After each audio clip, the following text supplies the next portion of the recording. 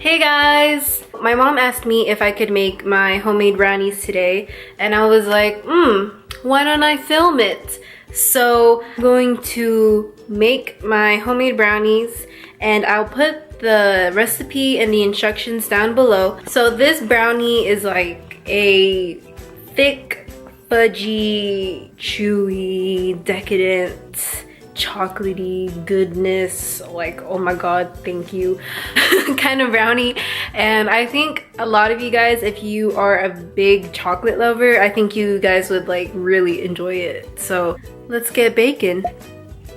So first you're gonna start off with preheating your oven to 350 degrees Fahrenheit. For the ingredients, you're going to need 4 eggs, teaspoon of ground allspice, a cup of butter. Today I use salted. It doesn't really matter if you use unsalted or salted, but you're gonna want that butter to be melted. A tablespoon, yes, a tablespoon of vanilla, 3 cups of sugar, a cup and a half of all-purpose flour, a teaspoon and a 1/4 regular salt. Make sure it's iodized salt.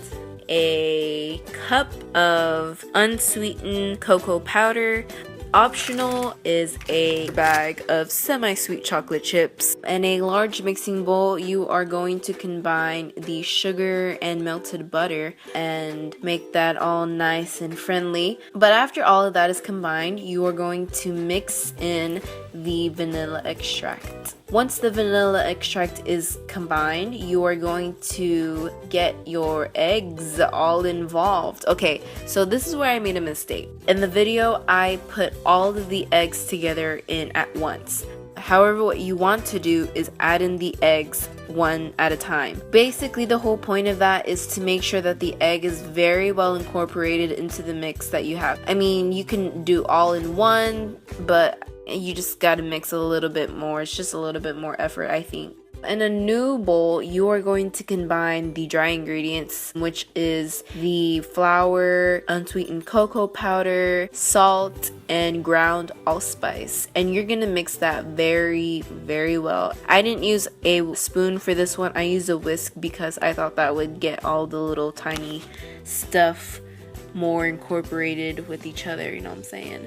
And so after that, you are going to get your wet mix again, and you are going to add the dry mix little parts at a time. And you do this because you don't want the dry mix to just splatter all over your face or all around your area. So you just want to keep it nice and clean, and also it just helps incorporate everything much smoother, I guess you could say. As I continue to go on, increasing the amount of the flour mix into the wet batter, the entire thing just gets really thick. It gets really hard to mix. And like, if you could see my face, oh, I did record my face.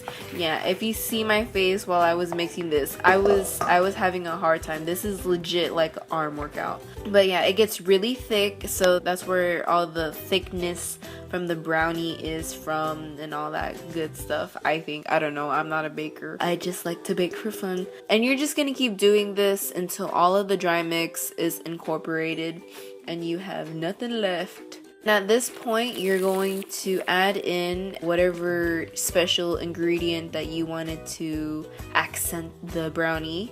In a 9 by 13 inch pan, it doesn't matter if it's a metal pan or a glass pan, but you are going to line this with aluminum, and you're going to make sure it's tightly wrapped against the pan.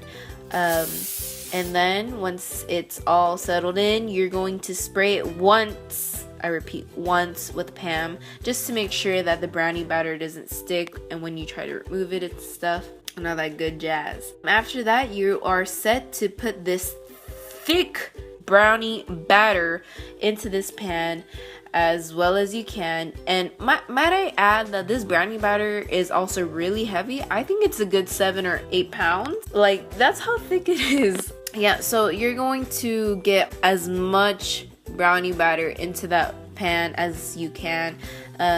As you see, I get another spoon, like a normal spoon, and I just try to scrape off the little excess that's on the main spoon that I was using. And then I also use that regular spoon to get out all the extra brownie batter that was stuck to the bowl, and I just smooth everything out. At this point, if you had like walnuts or stuff or anything that you just wanted to garnish on top, I would put that right there. Okay, so now you are ready to put that bad boy into the oven, and you're gonna let that bake for about 35 to 40 minutes. In the meantime, while you are waiting for those deliciously thick brownies to bake, you can do your dishes, clean up. This saves you a lot of time and effort. In the end, once you're done cleaning and doing all the dishes, you can just relax. Okay, so at the 36 about minute mark, my brownies were ready. I used my favorite metal chopstick and sticked it in, and the chopstick came out clean. Clean meaning that there wasn't any liquidy batter on it. The chopstick should come out clean, and that's how you know the brownie is ready. Once your brownies are done, you are going to take them out of the oven and let them cool for about 5 minutes. And this is important because you don't want to burn yourself while you're trying to like cut them or anything, or someone's trying to eat them. It's so hot. Once the brownie is rested, you can take a knife and you can start cutting it. So this brownie can serve as many people as you wish. Today I chose to cut it into 15 pieces. You can even cut it into 24 pieces, maybe even like really small pieces, because this brownie is very thick. After that, you're just gonna find yourself a nice, cute, decorative plate to put these brownies on. And you see in this little time lapse how easy it is to remove the brownies from the aluminium. If you had not used the foil, I feel like it would have stuck to the pan a little bit and it would have been really hard to come out. There you have it, guys. These are my homemade brownies. I think they came out great and they look great too. And yeah, here's some delicious brownie shots for you. Yeah, these brownies, perfectissimo.